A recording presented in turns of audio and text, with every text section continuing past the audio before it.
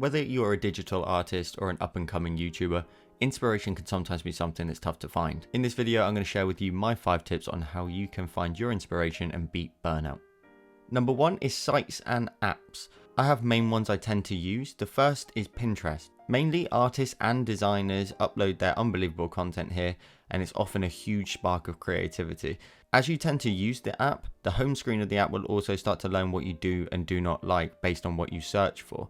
If you start to look for a certain category of illustration, it will start to feed you with more and more content, providing you with more inspiration every time you open the app. I suggest creating a board, and every time you find something remotely interesting, add it in there and use it as a type of mood board. This is ideal if you want to come back and browse things that you've seen in the past and just get some inspiration and maybe go in a different direction with your creativity for the day. The second is Dribble, a site where some of the very best designers upload their content. It's essentially a social media site for professional designers where they tend to share a lot of their content, and also you can browse it freely. At the top of the site, there's also the option to select a particular topic, and you can also search as well, so you can find the content that you're most interested in. I tend to look at the illustration section the most, as a lot of the content in there is extremely inspiring, and you can find a lot of ideas that you may not have thought of before. And thirdly, the app of choice for me is Sketchy. Now this app has one purpose, and it's to give you a topic to draw every day. Drawing often is the key to improving, and Sketchy helps with that. There's a new topic every day that you can draw and then upload onto the app. Now the app is essentially a small social media site where you can browse all the creations for the current topic and the past topics, as well as drop likes and comments on other users' designs. I suggest spending at least 10 minutes a day every day completing the topics that are added onto the app to help you continue to grow. The topics can be random at times, which is ideal if you're trying to draw something you've never really thought of drawing before, as well as seeing everybody else's creations may end up inspiring you to create something yourself.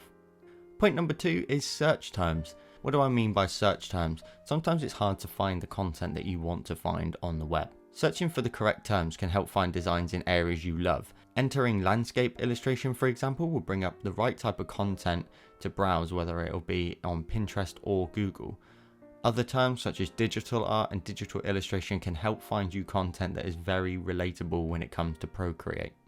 Point number 3, follow other creators' tutorials. Every day is always a school day, and with Procreate you can never stop learning. I've lost count of how many times I've opened my Instagram account and the first thing I see is an awesome new design that sparks my own creativity. There are all sorts of creators out there with all sorts of different styles, whether it be myself, Drug-Free Dave, Tatty Works, James Julia, Art with Flow, and Rishi Draws, just to name a few. But there are plenty of artists out there on YouTube. My little tip to find a new artist that you may not have found before, if you go to YouTube search and type in Procreate tutorials, and you go to the filters and change the filter to upload date, you'll be able to see all of the new tutorials uploaded by creators based on recent activity. This will help you find an artist that you may not have found before in the massive pool of creators that we have on YouTube. Point number 4 is joining groups. On Facebook, Reddit and Patreon, there are plenty of groups with all sorts of creators all sharing their artwork at all different levels of their Procreate journey. Facebook is a great place to join groups, get feedback, share your works with others, and browse what others have also uploaded. Sometimes browsing content, just like Pinterest, is a great way to see something in a style that you may not have seen before, which will ultimately end up with you creating a design in a style you may not have done. And point number 5, the most important point, is take time to recharge. Getting burnt out is never fun, but it can be avoided. Just like your phone, if you had low battery, you would need to put time aside to charge it back up. As a Procreate content creator, this is something I have seen before, where often the best thing you can do is leave your current surroundings, go for a walk, see friends and family, and the best thing to do is to put it to the very back of your mind. If you open your phone and continue to keep searching for content and find what it is you're looking for, you won't find it. But coming back the next day to your design or your canvas is the best thing you can do sometimes, just to reset your mind and charge up those internal batteries for your creativity. And that's it. That's my 5 simple steps to finding your creativity again. If you like this video, be sure to drop a like down below, where I've also left the links to the sites and the apps that I've mentioned, along with the creators and the groups as well. If you've never been here before, I post Procreate content every single week. So if you'd like some tutorials to follow along with, hit the subscribe button down below and turn on the notification bell, and I'll see you in the next one.